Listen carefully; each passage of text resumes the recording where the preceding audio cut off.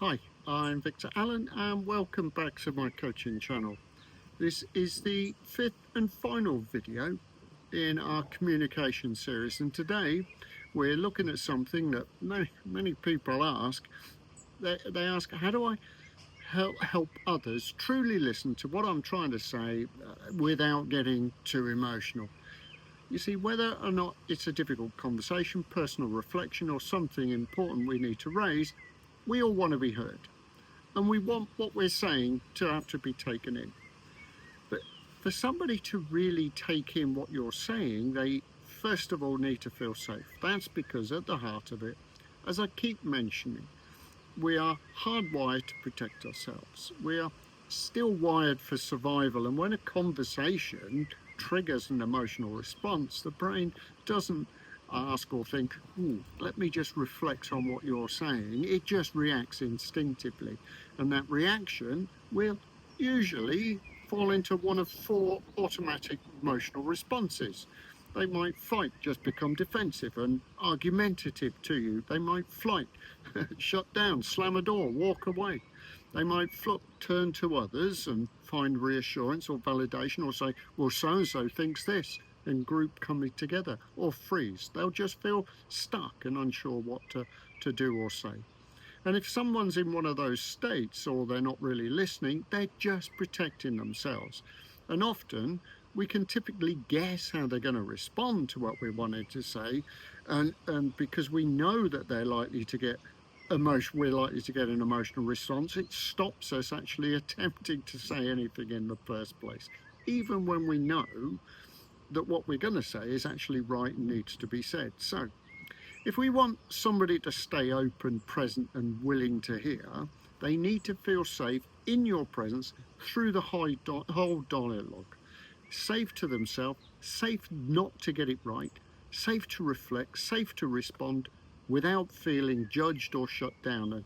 And this needs to be done so that the words stay there while the emotions are in. You can appreciate that first response and maybe emotional. Maybe it's them protecting themselves, yet we don't need to respond. We can stay calm, empathetic and understanding. You see, that's where kindness comes in. It's not just softness, it's being calm and steady and respectful of the other person, providing the reassurance to the other person that they're valued. Because when people feel valued and cared for, they do tend to stay open.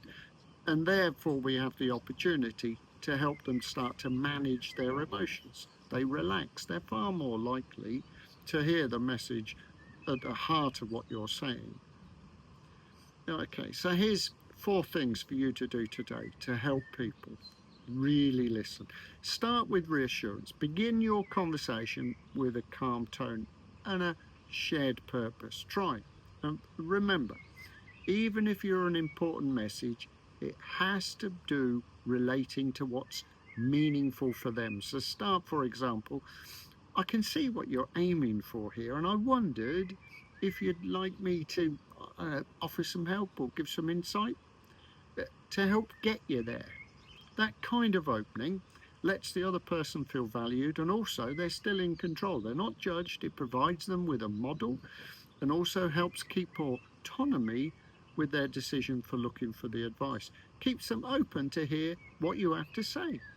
Slow down your delivery. When we're rushed, we can sound tense or frustrated. A slightly slower, steady voice helps others regulate theirs. And at the end of the sentence, let your tone go down a key or two.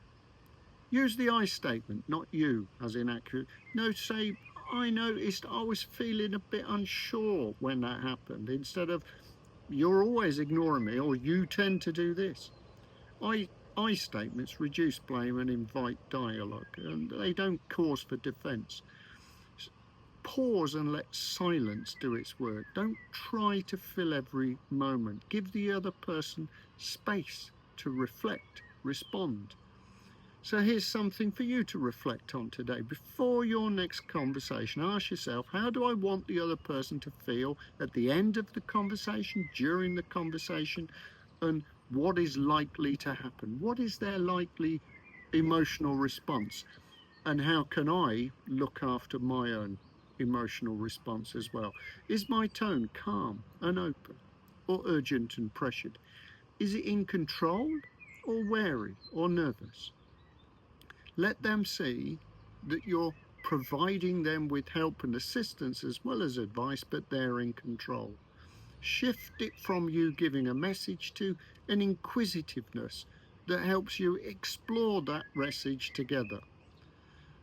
Help them appreciate that you're there for them in all of it. Because sometimes I hear people say, well, I told them it, and they're still going off doing it. That's because they've shut those ears. You may well have told them, but what we're after is to work with them so they hear the message. So whether or not you're talking to a child, a partner, somebody within your office or workplace, just remember it's a journey that you're needing to go on. You might have a spike of emotion, but that's the emotional response of them. It doesn't need to be one for you. Because you see, when you can deliver the right message, the right time, with the right care, and the kind of overarching kindness, then the other person's likely to respond to what you're saying. If you found this helpful, then as always, please give me a like, and it will help others find these videos as well. As always, please hit the subscribe button and click the bell so that you'll know when the next series will be coming out. Thanks for watching, and as always, be kind to yourself and others out there. Bye for now.